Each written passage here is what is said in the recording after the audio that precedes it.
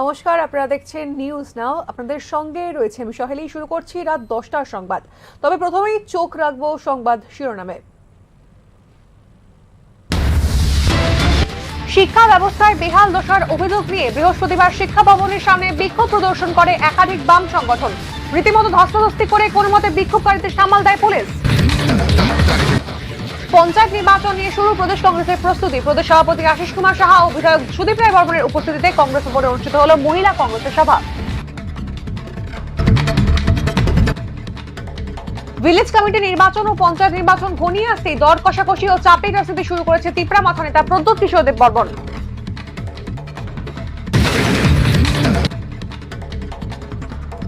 ঘূর্ণিঝড় ক্ষতিগ্রস্ত কৃষকদের পাশে দাঁড়ালো কৃষি ও কৃষক কল্যাণ দপ্তর। বৃহস্পতিবার খোয়াইটের 2000-এর অধিক কৃষককে দেওয়া হয় আর্থিক সহায়তা। রাজ্যের পরিবহন শ্রমিকদের স্বার্থ সংশ্লিষ্ট বিষয় নিয়ে উদ্যোগী all India road transport workers federation Tripura শাখা। এদিন 11 দফা দাবি নিয়ে পরিবহন দপ্তরে স্মারকলিপি প্রদান করা হয়।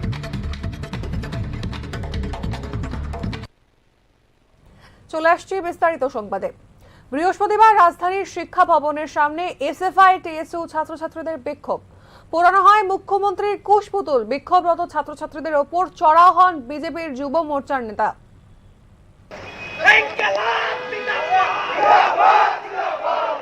দেশ জুড়ে নিট নেট বিতর্ক জারি। এর জেরে উত্তপ্ত হয়ে উঠতে শুরু করেছিল আগরতলা শহরও। তবে বৃহস্পতিবারের ঘটনায় একেবারে অগ্নিগর্ভ পরিস্থিতি রাজধানীতে। বৃহস্পতিবার রাজধানীর শিক্ষা ভবনের সামনে এসএফআই টিএসইউ ছাত্রছাত্রীরা বিক্ষোভ করেন। শিক্ষা ব্যবস্থার বেহাল দশার দিকে আঙুল তোলে লাগাতার বিজেপি বিরোধী স্লোগানও দিতে থাকেন তারা। পুরান রাজ্যের মুখ্যমন্ত্রী তথা শিক্ষামন্ত্রী মানিক সাহার কুশপুতুল। বিক্ষোভ সামাল দিতে ঘটনাস্থলে ছুটে আসে স্থানীয় থানার পুলিশ। তবে গোল বাঁধে অন্য জায়গায়। বিজেপি যুব মোর্চার নেতা ভিকি প্রসাদ ঘটনাস্থলে এসে বিক্ষোভরত ছাত্রছাত্রীদের ওপর আচমকাই চড়াও হন। একেবারে বুলেট নিয়ে তাদের ওপর দিয়ে চালিয়ে দেওয়ার হুঁশিয়ারিও দেন বলে অভিযোগ। এরপরেই আক্রমণাত্মক ভঙ্গিতে প্রায় হাতাহাতির পর্যায়ে পৌঁছে যায় দুই পক্ষের বচসা। পুলিশ ঘটনাস্থলে থাকলেও কার্যত তাদের গ্রাহ্যই করেনি দুই পক্ষ। এরপর পুলিশের সাহায্যে ঘটনাস্থল থেকে পালিয়ে যান বিজেপির তরুণ নেতা ভিকি প্রসাদ। এমনটাই অভিযোগ বিরোধীদের।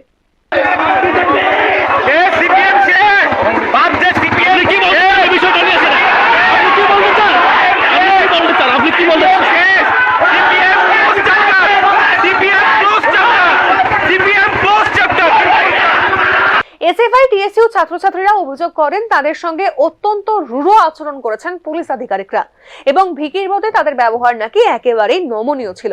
বৃহস্পতিবার রাজধানীর বুকে এই ঘটনা ঘটে যাওয়ায় আতঙ্কিত রাজ্যবাসী। এই ঘটনার পরবর্তী ফলাফল ঠিক কি তা জানা এখন কেবল সময়ের অপেক্ষা। ব্যুরো রিপোর্ট, নিউজ নাও। বৃহস্পতিবার প্রদেশ কংগ্রেস ভবনে অনুষ্ঠিত হয় মহিলা কংগ্রেসের সাংগঠনিক সভা। আসন্ন পঞ্চায়েত নির্বাচনকে সামনে রেখে এই সভা অনুষ্ঠিত হয়েছে।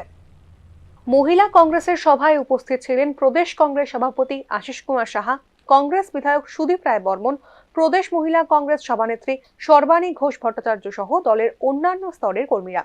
মূলত ত্রিস্তরীয় পঞ্চায়েত নির্বাচন উপলক্ষে দলের সাংগঠনিক প্রস্তুতি ও রণকৌশল স্থির করার জন্য এই সভায় আলোচনা করা হবে বলে জানিয়েছেন প্রদেশ মহিলা কংগ্রেস সভানেত্রী সর্বাণী ঘোষ ভট্টাচার্য।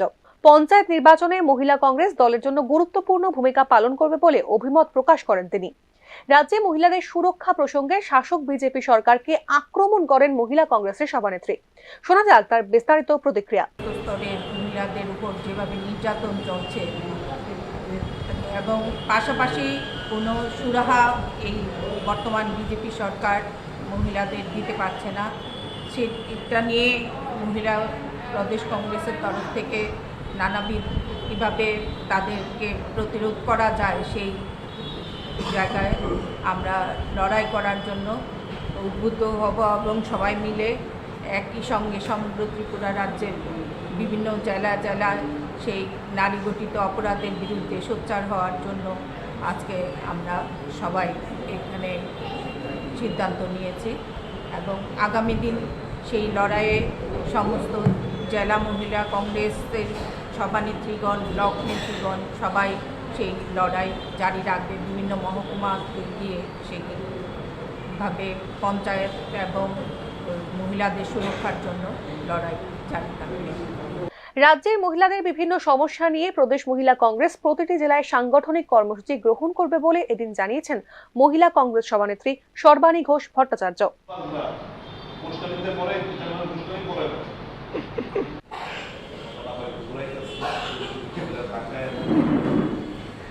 রাজ্যে নিজস্ব সাংগঠনিক শক্তিতেই পঞ্চায়েত নির্বাচন লড়াই করার জন্য ঘর গোছানোর কাজ শুরু করেছে প্রদেশ কংগ্রেস। সিপিএম এর সঙ্গে জোটের ব্যাপারে এখনো চূড়ান্ত সিদ্ধান্ত নেয়নি দুটি দলই। লোকসভার উজ্জীবিত ফলাফলের পর রাজ্যে বিজেপিকে শক্ত চ্যালেঞ্জ ছুঁড়ে দেওয়ার জন্য পঞ্চায়েত নির্বাচনকেই তাই পাখির চোখ করছে প্রদেশ Congress. Bureau report, news now. আসন্ন পঞ্চায়েত নির্বাচন ও ভিলেজ কমিটি নির্বাচন নিয়ে নিজের চিরাচরিত স্বভাব মতো চাপের রাজনীতি শুরু করেছেন মথার নেতা প্রদ্যোৎ কিশোর দেববর্মন। বর্তমান জনগণের স্বার্থ নিয়ে কোনোদিনই রাজনীতি করেননি মথার নেতা প্রদ্যোৎ কিশোর দেববর্মন। অধিকাংশ রাজনৈতিক মহলের স্পষ্ট বক্তব্য, রাজ্য রাজনীতিতে ব্যক্তি স্বার্থকে সর্বাধিক গুরুত্ব দিয়েই বারবার হাঁক ডাকের গিমিক রাজনীতি করেছেন প্রদ্যোৎ। তাই দেখা যায় এডিসিতে ক্ষমতায় থাকা সত্ত্বেও পাহাড়ের তিপ্রাসাদের জীবনের উন্নয়ন নিয়ে প্রদ্যোতের কোনো মাথা ব্যথাই নেই। নানান সমস্যায় যখন প্রান্তিক জনজাতিরা ধুঁকছে তখন চরম উদাসীন প্রদ্যোৎ কিশোর হিল্লি দিল্লি করে ঘুরে বেড়াচ্ছেন নিজের রাজনৈতিক ফায়দা তোলার জন্য। আসন্ন পঞ্চায়েত ও ভিলেজে কমিটি নির্বাচন যখন দোরগোড়ায় তখন নিজের চিরাচরিত স্বভাব মতো আবার সেই চাপের রাজনীতি শুরু করেছেন প্রদ্যোৎ। তার মূল লক্ষ্য শাসক বিজেপিকে চাপে ফেলে নিজের ওজন আরো একটু বৃদ্ধি করা এবং আরো বেশি সুযোগ সুবিধাও আদায় করা। তাই নির্বাচনের আগে তলে তলে তারই নির্দেশে পাহাড়ে আবার নিজের ঘর গোছানোর কাজ ও প্রচারের কাজ শুরু করেছে তিপ্রামাথা। এবার অবশ্য জোট ধর্মকে ছুঁড়ে ফেলে মথার প্রচারের মূল সুর জনজাতির উন্নয়নে উদাসীন বিজেপি দল। বলার অপেক্ষা রাখে না, নিজস্ব কোনো সুনির্দিষ্ট রাজনৈতিক লক্ষ্য না থাকার কারণেই চাপের রাজনীতি দিয়ে উল্টো সুরে গান গাইছে প্রদ্যোৎ কিশোরের দল। লক্ষ্য অর্জনে ইতিমধ্যেই সক্রিয় করা হয়েছে মথার সিটিজেন ফোরাম সংগঠন ও অন্যান্য শাখা সংগঠনগুলিকে, যাকে প্রদ্যোতের নির্দেশেই চালনা করছেন বিজয় রাংখাল সহ অন্যান্য নেতারা।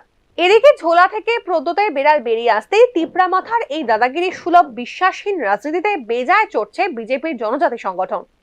প্রধান জোট শরিককে উপেক্ষা করে যেভাবে প্রদ্যোৎ কিশোর লোকসভা ভোটের মতোই দরদামের পায়তারা করছেন তাতে চরম ক্ষুব্ধ বিজেপির জনজাতি মোর্চার নেতৃত্ব।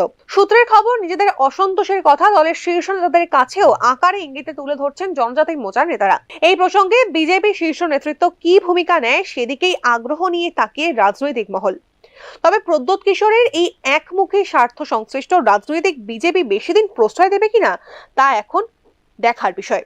সেক্ষেত্রে যদি প্রদ্যোৎ লাভ ক্ষতির অঙ্ক কষে বিজেপির সঙ্গ ত্যাগ করেন তবে মথা ভেঙে এক বৃহৎ অংশের মথা নেতৃত্ব পদ্ম শিবিরে যোগ দেবেন বলে জোরালো আভাস পাওয়া যাচ্ছে। যা হলে লাভালাভির অঙ্ক দূরে থাক, নিজের রাজনৈতিক অস্তিত্ব রক্ষা করাই তার পক্ষে বেজায় মুশকিল হয়ে পড়বে।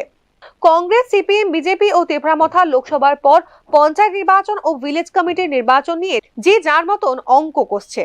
তবে জনগণের স্বার্থ বাদ দিয়ে শুধু স্বার্থ সংশ্লিষ্ট রাজনৈতিক লক্ষ্য নিয়ে ময়দানে নামলেই কি ফলাফল আসে? লোকসভার ফলাফলে ইতিমধ্যেই তার স্পষ্ট ধারণা পাওয়া গিয়েছে। গ্রামের উন্নয়ন আর জনজাতি উন্নয়ন বাদ দিয়ে হিল্লি দিল্লির অঙ্ক কষাকষি রাজনীতিকে যে এই রাজ্যের মানুষও কোনোদিনই গ্রহণ করেনি, 2018 সালে সিপিএম এর বিদায় তার জ্বলন্ত প্রমাণ। এই সহজ সত্য যত তাড়াতাড়ি প্রদ্যোৎ কিশোর মানিক্য উপলব্ধি করবেন ততই তার পক্ষে মঙ্গল। আর বাকি রইল বিজেপির সঙ্গে ইঁদুর বিড়াল খেলা। ভুলে গেলে চলবে না, চোখ বন্ধ হলেও নিখুঁত থাবা দেবার জন্য বিড়াল সবসময় সঠিক সময়কেই বেছে নেয়, শুধু ইঁদুরের মতো দৌড়ঝাঁপ কম করে এই যা। ব্যুরো রিপোর্ট, নিউজ নাও।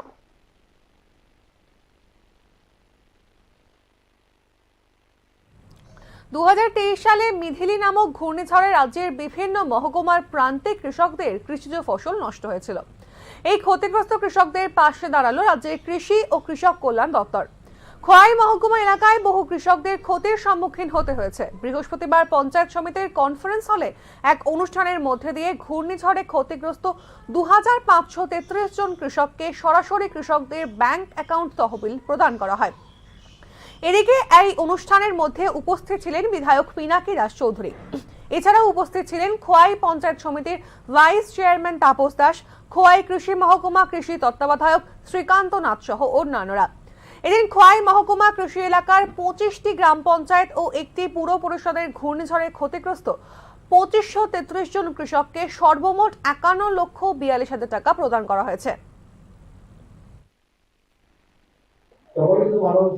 বারবার বলার চেষ্টা করতে সরকারের কাছে পঞ্চায়েত একটা, কিন্তু সেই দিক দিয়ে দেখতাম ওই যে পার্টি অফিসগুলো তাদের সেখানে বসে বসে তাদের চিহ্নিত করা কিছু লোক যারা ক্ষতিগ্রস্ত হয়েছে তাদের বঞ্চিত করে সাদা কাগজের দরখাস্তের মাধ্যমে কিছু একটা অংশ তাদের।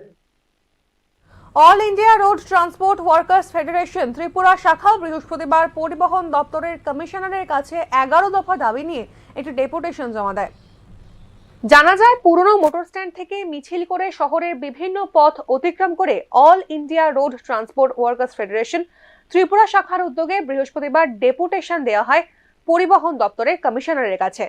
তাদের দাবিগুলি পরিবহনের ক্ষেত্রে আরোপ করা সমস্ত প্রকার বর্ধিত ট্যাক্স ও ফি অবিলম্বে প্রত্যাহার করা, পরিবহন বীমার মাসুল কমাতে পরিবহন দপ্তরকে কার্যকরী পদক্ষেপ গ্রহণ করা, রাস্তায় চলে না এমন যানবাহনগুলির উপর জমাকৃত ট্যাক্স এককালীন মকুবের ব্যবস্থা করা, তথাকথিত মিটার লাগানোর নামে অটো শ্রমিকদের হয়রানি বন্ধ করা, টিআরটিসিকে পুনরুজ্জীবিত করে নতুন গাড়ির সংখ্যা বৃদ্ধি করা, কর্মচারীদের সমস্ত বকেয়া মিটিয়ে দেওয়ার ব্যবস্থা করা, ই রিক্সা শ্রমিকদের জন্য চলাচলে সুনির্দিষ্ট নিয়মাবলী না থাকায় হয়রানি বন্ধ করা, সড়ক পরিবহন শ্রমিকদের জন্য সুনির্দিষ্ট সামাজিক সুরক্ষার ব্যবস্থা করা, সরকারকে প্রিমিয়াম দিয়ে স্বাস্থ্য বীমা, পেনশন, নিয়মিত স্বাস্থ্য পরীক্ষা, সচেতনতা শিবির ইত্যাদির দায়িত্ব নেওয়া, সড়ক পরিবহন শ্রমিকদের স্বার্থে সমস্ত ধরনের জ্বালানি যন্ত্রাংশের উদ্বেগজনক মূল্যবৃদ্ধি আটকাতে প্রয়োজনীয় ব্যবস্থা গ্রহণ করা, সমস্ত ধরনের 3 চাকার যানের রেজিস্ট্রেশন বন্ধ করা, বেকার বিরোধী সিদ্ধান্ত প্রত্যাহার করা, ন্যায় সংহিতা আইন কার্যকরী করার নামে পরিবহন শ্রমিকদের ওপর জেল জরিমানা এবং হয়রানি ও নির্যাতন বন্ধ করা। পরিবহনের সঙ্গে যুক্ত 10 কোটির উপর শ্রমজীবী আছে যারা পরিবহনের সাথে যুক্ত। সারা দেশে পরিবহন শিল্পটা মারাত্মকভাবে আক্রান্ত। ডিজেল পেট্রোলের দাম, স্পেয়ার পার্টসের দাম বেড়েছে, ট্যাক্সের বোঝা বিরাট আকার ধারণ করেছে, ফি প্রায় 100 গুণ বাড়িয়ে দিয়েছেন। সবটা মিলিয়ে এই ব্যবসার সঙ্গে যারা যুক্ত বা এই পেশার সঙ্গে যুক্ত, এই কাজটা করে যারা জীবিকা নির্বাহ করে তারা বিপন্ন। আমাদের রাজ্যে লক্ষ্য করে বিজেপি সরকার ক্ষমতা আসার পর তারা ফি সহ সমস্ত কিছু বাড়িয়ে দিয়েছে এবং লক্ষ্য করা গেছে যে এখানে বিমা প্রিমিয়াম প্রায় 200 গুণ বাড়িয়েছেন, বিমার প্রিমিয়াম। তো এই অবস্থাতে তাদের পোষায় না। এখন এইটাকে আমাদের রাজ্য যদি আমরা ধরি, প্রায় কমপক্ষে 3 থেকে 3.5 লক্ষ প্রত্যক্ষ পরোক্ষভাবে পরিবহন শিল্পের সঙ্গে যুক্ত। এদিনের এই ডেপুটেশনে বামফ্রন্টের প্রাক্তন মন্ত্রী মানিক দে সহ সংগঠনের অন্যান্য সদস্যদের উপস্থিতি ছিল অত্যন্ত লক্ষণীয়। ব্যুরো রিপোর্ট, নিউজ নাও। রাতের আধারে স্ত্রীর প্রেমিকের ধারালো অস্ত্রে স্বামীর গলা কেটে হত্যার চেষ্টা, এমনটাই জানান আক্রান্ত স্বামী। ঘটনা উত্তর ত্রিপুরা জেলার ধর্মনগর থানাধীন রাধাপুর গ্রাম পঞ্চায়েতের 4 নম্বর ওয়ার্ড এলাকায়। জানা যায়, বুধবার রাত আনুমানিক 10টা নাগাদ নিমাই দেবনাথ নামে এক ব্যক্তি তার কাজ সেরে বাড়ি ফেরার পথে রাধাপুর এলাকায় আসার পর দুষ্কৃতীর একটি দল তার পথ আটকায়। কোনো কিছু বোঝার আগেই ধারালো অস্ত্র দিয়ে তার গলা কেটে হত্যার চেষ্টা চালায় ওই দলটি। শরীরে বিভিন্ন জায়গায় গুরুতরভাবে আঘাত পান তিনি। পরে পথ চলতি স্থানীয়রা দেখতে পান রক্তাক্ত অবস্থায় রাস্তার পাশে পড়ে কাতরাচ্ছেন নিমাইবাবু। খবর পাঠানো হয় ধর্মনগর থানা ও দমকল অফিসে। দমকল কর্মীরা খবর পেয়ে তড়িঘড়ি ঘটনাস্থলে পৌঁছে রক্তাক্ত অবস্থায় আহত ব্যক্তিকে উদ্ধার করে ধর্মনগর জেলা হাসপাতালে নিয়ে যান। খবর পেয়ে হাসপাতালে ছুটে আসেন ধর্মনগর থানার পুলিশ ও তার পরিবারের লোকজন। এদিকে পুলিশের সামনে আহত ব্যক্তি তার স্ত্রীর প্রেমের কাহিনী বর্ণনা করে বলেন, তার স্ত্রীর প্রেমিক তাপস নম, শ্যালক প্রমোদ নাথ, প্রবীর নাথ, পঙ্কজ দেবনাথ সহ আরো কয়েকজন মিলে তাকে প্রাণে মারতে চেয়েছিলেন। বুঝছি না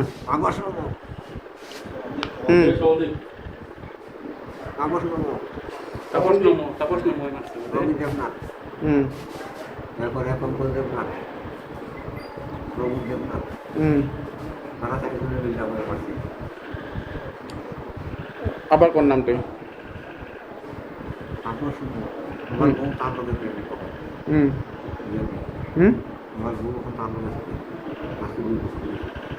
আপনার মিসেস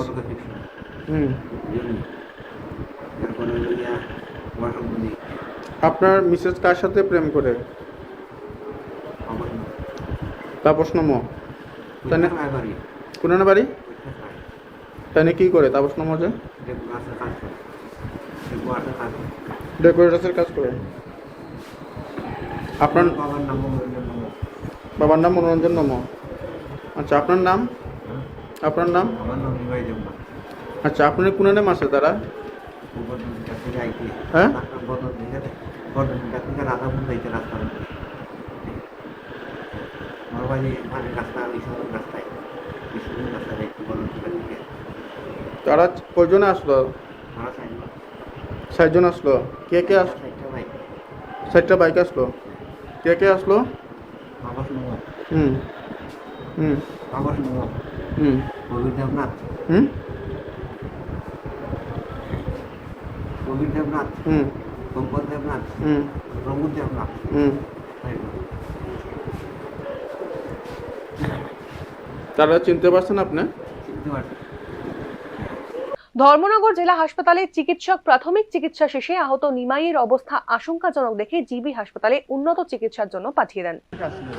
এই তো পেশেন্ট তো আমার কাছে ধরেন কটার সময় আনুমানিক আইসে 9:10 আইসে আইসে পরে পেশেন্টের গলা প্রায় 1 ইঞ্চির মতো পুরো আসলো কাটা সামনে দিয়া এবং মাথার পেছনেও হেভি ইনজুরি আসছিল। সো আমরা করলাম কি ফার্স্ট মাথার পেছনে স্টিচিং দিয়েছি দিয়ে সেটা তারপরে এই জায়গাটারে যদ্দূর পারি আমরা ইমার্জেন্সি রুমে তাড়াতাড়ি রিপেয়ার করছি পরে এখন ব্লিডিং আপাতত বন্ধ। পেশেন্ট মোটামুটি স্টেবল আছে। তো আর বাকি আমরা ন্যাশনাল অ্যাম্বুলেন্সে ফোন করছি, তারা গাড়ি নিয়ে আইতেছে। আর ইন দ্য মিন টাইম পেশেন্টের ওয়াইফ আইছে, তো ওয়াইফ এবং ওয়াইফের সঙ্গে আরেকজন কে আছে জানি না রিলেটিভ, তারা এখন পেশেন্টের নিয়ে জীবিত যাইব এই আর কি। স্যার আপনার শুভ নামটা? ডক্টর শেখর সরকার। অপরদিকে আহত ব্যক্তির বোনের ছেলে জানান নিমাইয়ের অবস্থা খুবই আশঙ্কাজনক, তাকে বাঁচানো যাবে কিনা তা নিয়ে সন্দেহ রয়েছে। মামা কি হয়েছে? ফাইনালে তো আমরা খবর পাইছি যে হঠাৎ করে পদ্মপুর এখানে রাস্তার মধ্যে খেয়ে গোলার মধ্যে সেদাইয়া রাস্তার মধ্যে ফালাই দিচ্ছে। রাধাপুর তো লোকজনে হসপিটাল নিয়ে আইছে।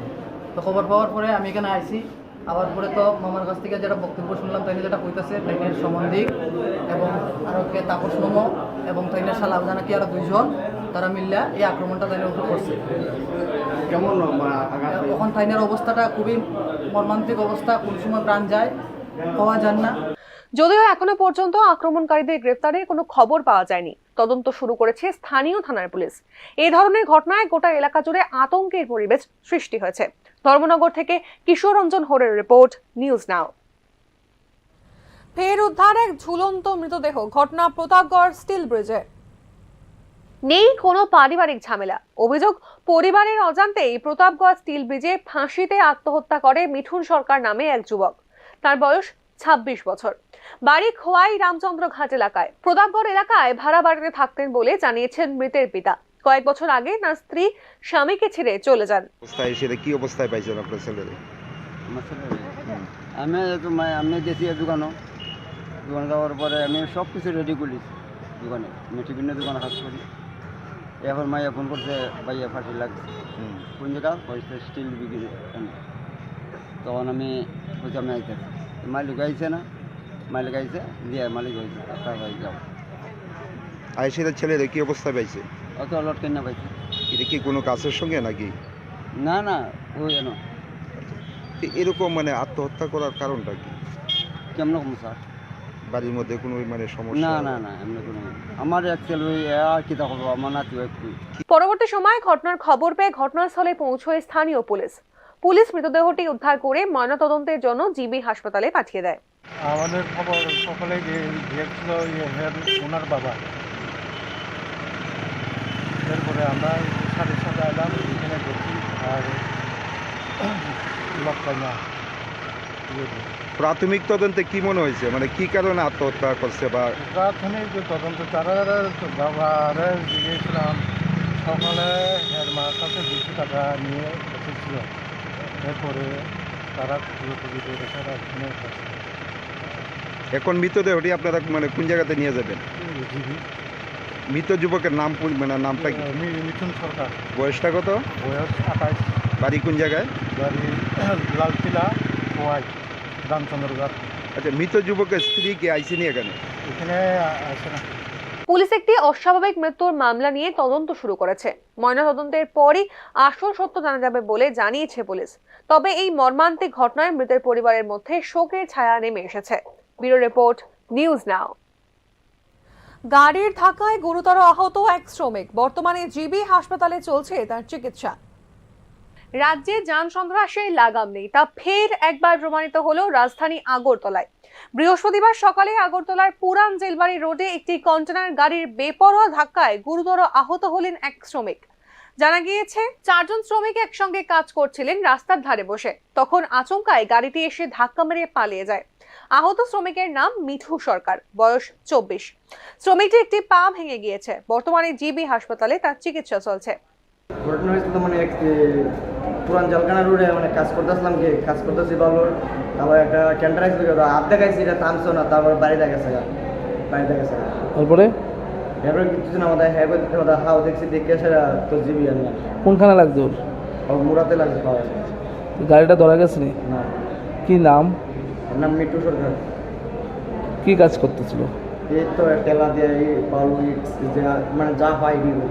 কতজন শ্রমিক আসলো তখন? তখন আমরা 4 জন আসছি। এখন অবস্থা কিরকম? কোন অবস্থা হের অবস্থা বিষয়টা ভালো নাকি, আর খুব বছরে নাকি কাজ করতে পারবো কিনা এটা বলতে পারতেছি। হ্যাঁ তো পেতেছে পাওয়া নিয়ে সেটা, আর আমি যা দেখলাম মানে অবস্থা সিরিয়াস। রাজ্যে প্রায় প্রতিদিনই যান সন্ত্রাসের বলি হতে হচ্ছে কাউকে না কাউকে। এরপরেও টনক নড়ছে না ট্রাফিক দপ্তরের। কবে করা পদক্ষেপের মধ্যে দিয়ে রাজ্যে যান দুর্ঘটনা কমানো সম্ভব হবে, এখন সেটাই আমজনতার প্রশ্ন। ব্যুরো রিপোর্ট, নিউজ নাও।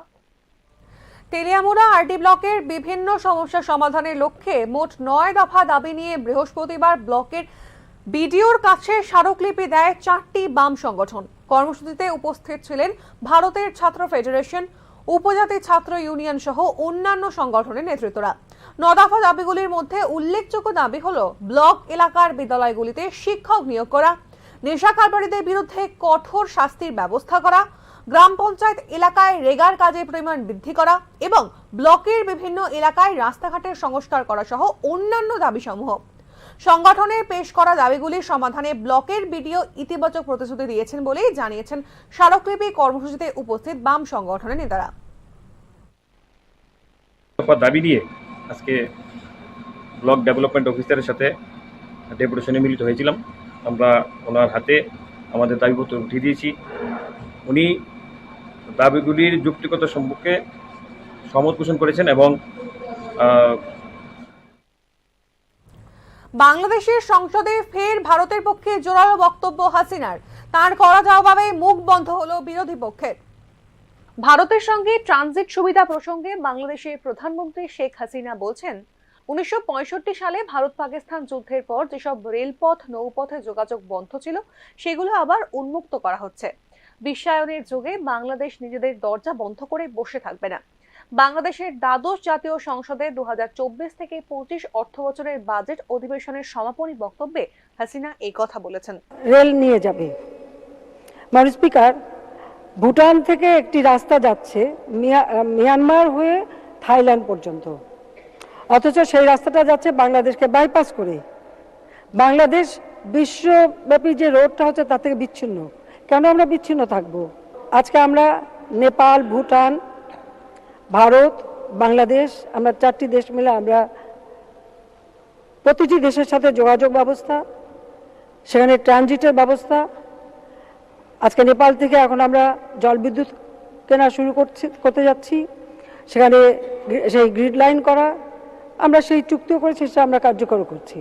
এবং 1965 সালে পাকিস্তান ভারতের যে যুদ্ধ হয়, সেই যুদ্ধের পর যে সমস্ত রেলপথ নৌপথ যোগাযোগ বন্ধ ছিল আমরা সেগুলো উন্মুক্ত করে দিচ্ছি। শেখ হাসিনা বলেন, বর্তমানে পৃথিবী গ্লোবাল ভিলেজের অন্তর্ভুক্ত, একে অপরের উপর নির্ভরশীল। ব্যবসা বাণিজ্য যোগাযোগ এগুলো দরজা বন্ধ করে রাখা যায় না, এতে দেশের উন্নতি কখনোই সম্ভব নয়। বাংলাদেশকে trans Asian highway, trans Asian রেলের সঙ্গে যুক্ত হতে হবে।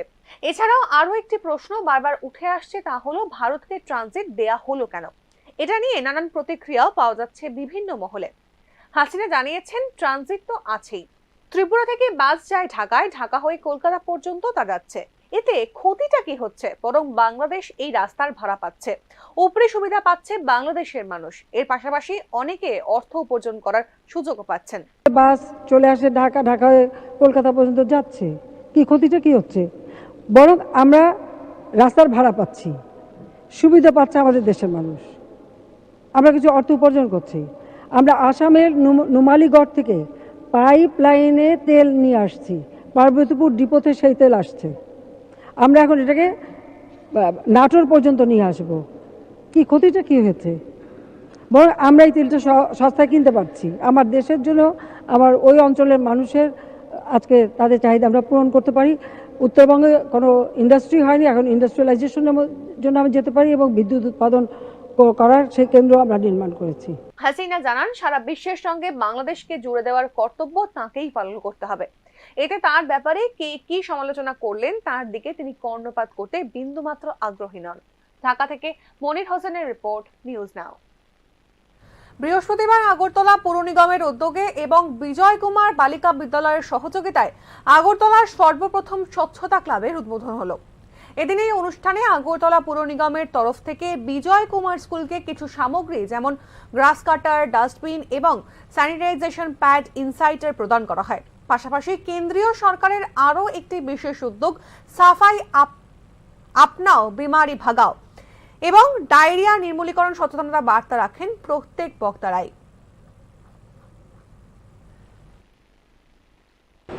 মূলত উদ্দেশ্য হচ্ছে ছোট ছোট ছাত্রছাত্রী বা ছেলে মেয়েদের ছোটবেলা থেকে পড়াশোনার পাশাপাশি নিজেকে সুস্থ রাখা এবং নিজের বাড়ি, নিজের বিদ্যালয় এবং নিজের শহর, নিজের সমাজ এবং রাষ্ট্রকে পরিচ্ছন্ন রাখার ক্ষেত্রে স্বচ্ছতা সম্বন্ধে সচেতন হওয়া, সেই বিষয়ে ভারত সরকার চিন্তা করেছেন এবং আমাদের রাজ্য সরকারও উদ্যোগ গ্রহণ করেছেন এবং আগরতলা শিশুদের জন্মগত হৃদরোগ শনাক্তকরণ ও তার চিকিৎসার লক্ষ্যে জাতীয় স্বাস্থ্য মিশন আয়োজিত ও অ্যাপোলো শিশু হাসপাতাল পরিচালিত রাজ্যভিত্তিক প্রথম শনাক্তকরণ শিবিরের শুভ সূচনা করেন মুখ্যমন্ত্রী। বৃহস্পতিবার চেন্নাইয়ের অ্যাপোলো চিলড্রেন্স হসপিটালের সহযোগিতায় রাজ্যের জন্মগত হৃদরোগ আক্রান্ত শিশুদের স্ক্রিনিং ক্যাম্পেইনের উদ্বোধন করলেন মুখ্যমন্ত্রী। জানা গিয়েছে, রাষ্ট্রীয় বাল স্বাস্থ্য কার্যক্রমের ব্যবস্থাপনায় আগরতলা গভর্নমেন্ট নার্সিং কলেজ ও আইজিএম হাসপাতাল পরিসরে আয়োজিত এই শিবিরে সুবিধা লাভ করবে শতাধিক শিশু। তো আজকে এখানে হৃদরোগ নিয়েই এখানে স্ক্রিনিং হবে। তাছাড়াও আমরা জানি যে এই রাষ্ট্রীয় বাল স্বাস্থ্য কার্যক্রমে যেখানে আমাদের বাঁকা পা, দৃষ্টি প্রতিবন্ধকতা, তাছাড়া নিউরাল টিউব ডিফেক্ট, এই ধরনের যে জন্মগত সমস্যা নিয়ে সেইগুলোরও কিন্তু প্রাথমিক চিকিৎসা এই রাষ্ট্রীয় বাল স্বাস্থ্য কার্যক্রমে সেটা আছে। অস্ত্রোপচারের ব্যবস্থাও আছে। রাজ্যে এখন পর্যন্ত প্রায় 1021টি, আমি নিজেও অনেক এই ধরনের হেয়ার লিফট আমি নিজেও এই চিকিৎসা আমি করেছি, আমি সেখানে ইনভলভও ছিলাম। তো এখানে এখন পর্যন্ত প্রায় 2021টি ঠোঁট কাটা এবং তালু পুরোটা প্যালেট কাটা তার ট্রিটমেন্ট হয়েছে এবং 630টি 630 জন্মগত যাদের হৃদরোগ তাদের ট্রিটমেন্ট হয়েছে। এদিনের এই অনুষ্ঠানে মুখ্যমন্ত্রী ছাড়াও দপ্তরের আধিকারিক সহ অন্যান্য রাজ্য ও বহির্রাজ্যে বিশিষ্ট চিকিৎসকরা উপস্থিত ছিলেন। ব্যুরো রিপোর্ট, নিউজ নাও। নিয়ে নিচ্ছি ছোট্ট একটা বিরতি, সঙ্গে থাকুন। আপনি দেখছেন নিউজ নাও, আমরা জানি কোনটা খবর। তুমি আছো রান্নাঘরে, তাই সুগন্ধে ভরে, যা খুশি তেমনই খাই, তোমার জাদুর রান্নায় থাকে শুধু লংতরাই, থাকে শুধু লংতরাই।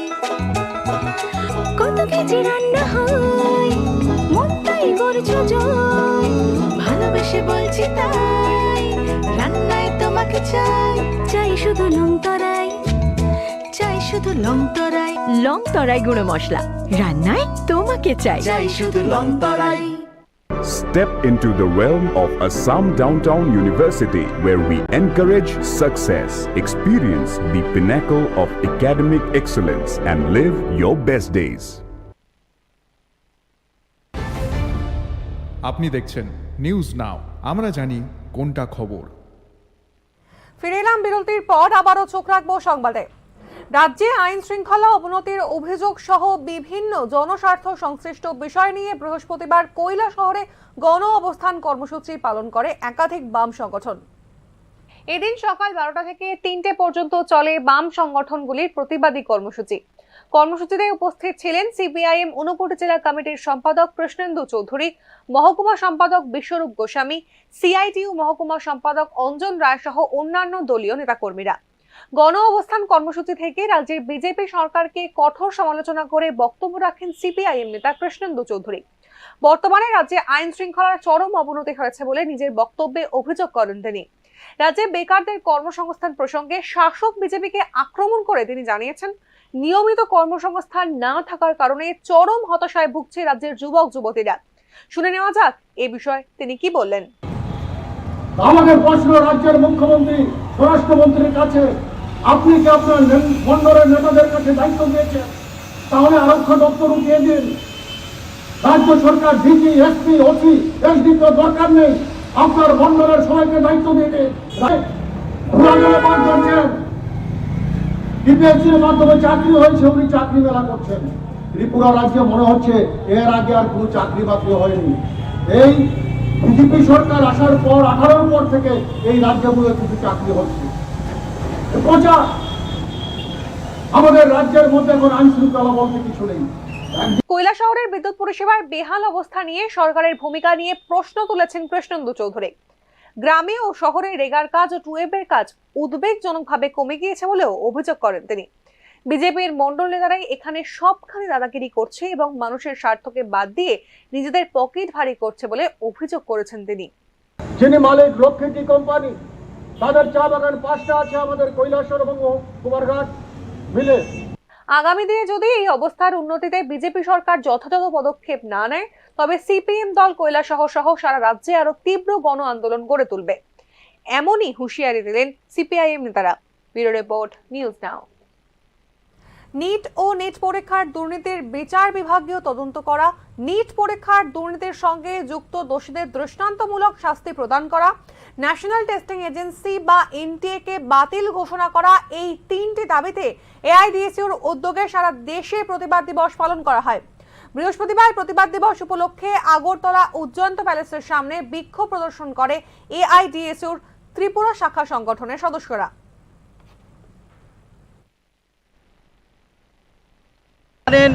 এই বছর যে নিট পরীক্ষার যে ব্যাপক দুর্নীতি হয়েছে, এই দুর্নীতিতে সারা দেশব্যাপী ছাত্র সমাজ আজ দিশেহারা। লক্ষ লক্ষ টাকার বিনিময়ে এই এনটিএ আজ নিট পরীক্ষাতে ব্যাপক দুর্নীতি করেছে, আজকে অভিযোগ উঠেছে। আমরা এআইডিএসইউ সর্বভারতীয় কমিটির পক্ষ থেকে শুরু থেকেই আমরা আন্দোলন করেছি এবং গণ ইমেল করেছি। এই রাজ্যেও আমরা সই সংগ্রহ করে মাননীয় রাজ্যপাল মারফত আমরা রাষ্ট্রপতির নিকট পাঠিয়েছি। আজ এই দাবিতেই আমাদের দাবি হচ্ছে 3টা। মূলত প্রথম দাবি হচ্ছে এই নিট পরীক্ষার সাথে বিচার বিভাগীয় তদন্ত করতে হবে। দূষণ নিয়ন্ত্রণ পর্ষদের সহযোগিতায় পরিবেশ রক্ষায় সচেতনতামূলক প্রচার ও লিফলেট বিলি করে মহিলাদের বিশ্ববিদ্যালয়ের সামনে এনএসএস ইউনিট। বৃহস্পতিবার ছাত্রীরা এমবিবি চকের সামনে জনগণকে পরিবেশ রক্ষায় বৃক্ষরোপণে এগিয়ে আসতে আহ্বান জানায়।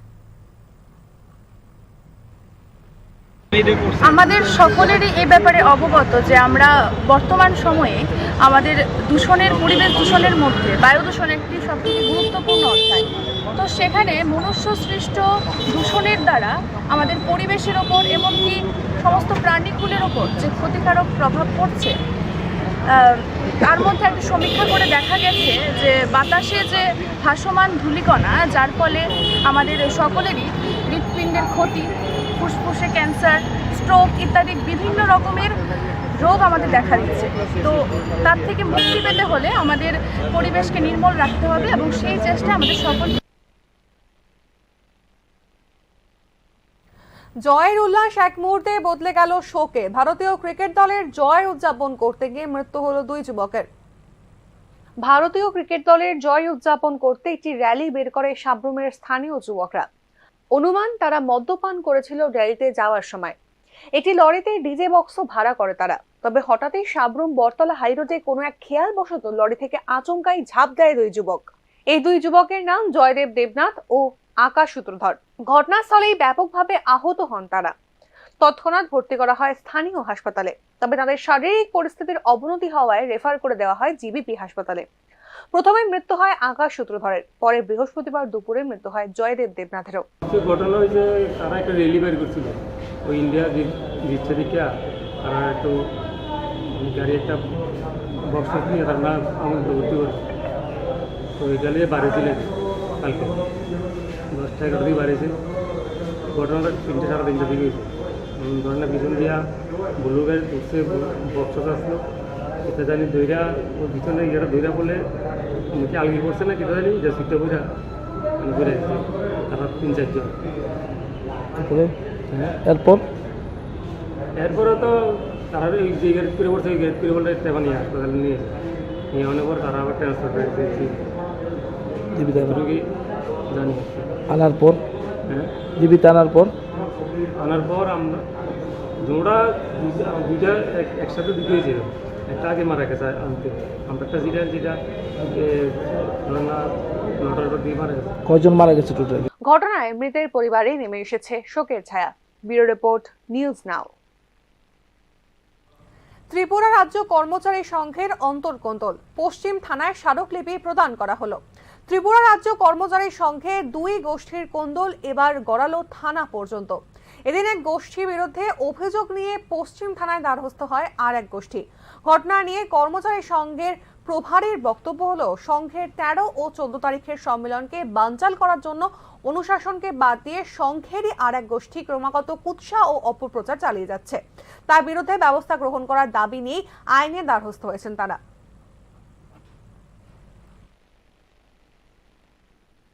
ত্রিপুরা রাজ্য কর্মচারী সঙ্গে 13-14 জুলাই যে কনফারেন্স হচ্ছে, এটাকে নিয়ে ত্রিপুরা রাজ্য কর্মচারী সংঘেরই কিছু লোক যারা পূর্ব ডিস্টার্ব করেছে, যাদের জন্য আমরা গত 2 বছর যাবৎ রাজ্য সম্মেলন করতে পারিনি, কারণ তারা হিসাবপত্র দেয়নি। এই কারণে আমরা গত 2 বছর যাবৎ রাজ্য সম্মেলন করতে পারিনি।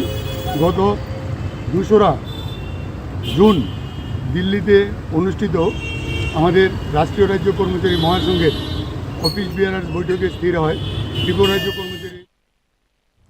ত্রিপুরা ফুটবল অ্যাসোসিয়েশন পরিচালিত ঘরোয়া সি ডিভিশন লিগে আমরা গজনাকে বড় ব্যবধানে পরাজিত করে গ্রুপ চ্যাম্পিয়ন হওয়ার আশা টিকিয়ে রাখল ইকফাই এফসি। বৃহস্পতিবার উমাকান্ত মিনি স্টেডিয়ামে আয়োজিত বি গ্রুপের লড়াইয়ে মুখোমুখি হয় আমরা গজনা ও ইকফাই এফসি। ম্যাচে আমরা গজনাকে 15-0 গোলের ব্যবধানে পরাজিত করে ইকফাই। ম্যাচে ইকফাই এফসির হয়ে হ্যাটট্রিক করেন কাকছাং জমাথিয়া ও সাচলং জমাথিয়া। এদিনের ম্যাচে জয়ের ফলে 5টি ম্যাচে 12 পয়েন্ট নিয়ে পয়েন্ট তালিকার দ্বিতীয় স্থানে রয়েছে ইকফাই। এদিকে দিনের প্রথম ম্যাচে মুখোমুখি হওয়ার কথা ছিল সবুজ সংঘ ও বিবেকানন্দ ক্লাবের, যদিও সি ডিভিশন লিগ থেকে বিবেকানন্দ নাম প্রত্যাহার করে নেওয়ায় নিয়ম অনুসারে ম্যাচ থেকে 3 পয়েন্ট ও 2 পয়েন্টে গোল পায় সবুজ সংঘ।